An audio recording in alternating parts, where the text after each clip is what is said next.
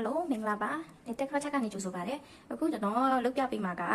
လက်ပတ်ကြိုးကျင်းလေးပါလက်ပတ်ကြိုးကျင်းလေးတဲ့ဥမှာအရင်တော့ခက်စားနေတဲ့သပင်ထည့်ပြီးတော့ကိုကမာလေးရဲ့သပင်လေးထည့်ပြီးကြည့်ပေးရပုံစံလေးပါလက်ပတ်ကြိုးတဲ့သပင်ထည့်ကျင်းပြီးပေါ့နော်အဲ့ဒါလေးကျွန်တော်ကြည့်ပြမှာဖြစ်ပါတယ်လိုအပ်တာကဒါကျွန်တော်တို့ရဲ့လက်ပတ်ကြိုးအောက်ခံအတွက်ကတပီလိုပါတယ်12လက်မပါ12လက်မတပီလိုပါတယ်နော်ဒီအောက်ခံကြိုးစာအတွက်က12လက်မတပီလိုပါတယ်ဒါကအပေါ်ကနေကျစ်မဲ့ဟာအတွက်ဒါအပေါ်ကကျစ်မဲ့ဟာအတွက်ကကျွန်တော်က2ကိုက်လိုပါတယ်နော်2ကိုက်စာလိုပါတယ်ကျွန်တော်ကိုက်ရင်လည်းပြောသွားပါမယ်နော်နောက်ကိုက်စာလိုပါတယ်မိချစ်တစ်ခုရဲ့တတိတလက်ရဲ့ဒါကတော့သပင်ပါ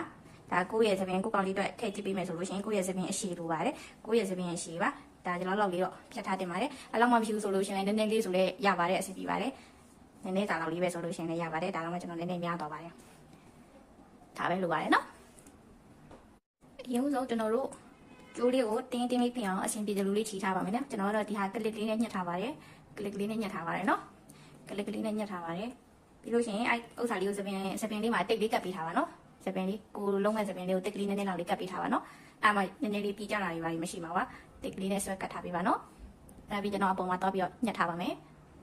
တကယ်လို့ကျိုးကအတုပ်လိုချင်တယ်ဆိုလို့ရှိရင်ဒီဟာကို2ပင်ပူးလို့ရပါတယ်နော်2ပင်ထားလို့ရပါတယ်ဒီတိုင်းမှာဒီတိုင်း2ပင်ထားလို့ရပါတယ်နော်ကျွန်တော်က2ပင်နဲ့ပဲထုတ်ပြပါမယ်ဒီတိုင်း2ပင်ထားလို့ရပါတယ်ဒီခုကျွန်တော်တိတ်လေးကပ်ပြီးပြီဆိုတော့အရင်ဆုံးစပြီးတော့လုပ်ပါမယ်ရင်းဥစွာကျိုးကိုဒီအောက်မှာယူရမယ်ကျိုးရှည်ယူပါမယ်ကျိုးကိုဒီအောက်မှာထားမယ်ထားပြီးလို့ရှိရင်ဒီဘက်ကကျိုးနော်ဒီဘက်ကကျိုးကိုဒီဘက်ကိုပို့မယ်ပြီးလို့ရှိရင်ဒီဘက်ကကျိုးကိုဒီမှာဒီ3ခုတစ်ခုနှစ်ခု3ခုဒီစပင်အောက်ကနေပြီးတော့ဒီ3ခုအောက်ကနေပြီးတော့ဘယ်ဘက်ကကျိုးကိုတွင်းမယ်တွင်းပြီးဒီမှာဆွဲထုတ်ပါမယ်ဒါဆိုကျိုးလေးချီတယ်လို့ဖြတ်သွားပါပြီဒါပြီးကျိုးကိုလိုလောက်စီဆွဲပြီးတော့အပေါ်တိုးပြီးတော့ခြီးပါမယ်ခုနကတော့ဒီဘက်မှာအဝိုက်ကလေးလုပ်ပြီးဆိုတော့ဒီဘက်မှာအဝိုက်ကလေးပြန်လုပ်မယ်နော်ဒီဘက်မှာအဝိုက်ကလေးလုပ်မယ်ပြီးလို့ရှိရင်ခုနတိုင်းပဲဒီဘက်ကဟာကျိုးကိုဒီ3ခုရဲ့အောက်ကနေရှို့သွင်းမယ်နော်ဒီကျိုးရဲ့စပင်ရဲ့ကျိုးအနက်ရဲ့အောက်ကနေဆွဲသွင်းပြီးတော့ဒီဘက်ကိုထုတ်ပါမယ်ဒီဘက်ကဟာလေးရဲ့အစာလေးတင်ထားနော်ဒီပါမယ်အဲ့တိုင်းရပြီဆိုလို့ရှိရင်စပင်လေးတွေတက်တက်ရက်လုံးနော်စပင်လေးတွေထက်တင်တာအကုန်တင်တာအကုန်တင်ပါတင်းပြီးပြီဆိုလို့ရှိရင်ဒီမှာနော်နှစ်ခုပြိုင်ဆွဲရနော်နှစ်ခုပြိုင်ဆွဲရပါအဲ့တိုင်းလေးပါ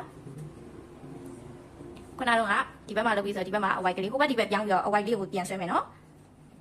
ဒီဘက်မှာပြန်ဝိုက်ပြီးဆိုလို့ရှိရင်ဒီ3ခုလုံးရဲ့အောက်ကနေပြီးတော့ဘယ်ဘက်ကကျိုးကိုညာဘက်ကိုထုတ်မယ်ဒီပါမယ်ကဲအဲ့တိုင်းလေးရပါပြီစပင်းလေးတွေအကုန်လုံးဆွဲထုတ်ပါနော်ဒါပြီးဆွဲချီပါမယ်ကဲကိုဒီဘက်ရောက်လာပြီနော်အလွယ်ဆုံးပြောရလို့ရှိရင်ဒီမှာဒီပူတီလေးတွေ့လားဒီပူတီလေးတွေ့တဲ့ဘက်ကအဝိုက်ကလေးလောက်ရမှာနည်းနည်းလေးမှတ်ထားပြီနော်ဒီပူတီလေးကိုမှတ်ထားပြီနော်ကျွန်တော်နောက်ဟာလေးထိုးရင်းနဲ့ကျွန်တော်အဲ့တိုင်းလေးရှင်းပြမယ်အလွယ်ကြီးလေးပါဘယ်နဲ့ညာနဲ့မှားနေရင်ကျိုးကမလှဝိုင်းနေနေလိမ့်မယ်နော်ဒီပူတီလေးဟာလေးမှတ်ထားပါအဲ့ဒါလေးအဲ့ဘက်ကအဲ့ပူတီလေးရှိရဘက်မှာပဲအဝိုက်ကိုဝိုင်းမယ်နော်ကိုကဲအဲ့ဘက်မှာပူတီရှိရဘက်မှာအဝိုက်ကလေးဝိုင်းမယ်ဒီဘက်ကကျိုးကိုဟိုဘက်ကိုပို့မယ်3ခုလုံးရဲ့အောက်ကနေပြီးတော့ပို့မယ်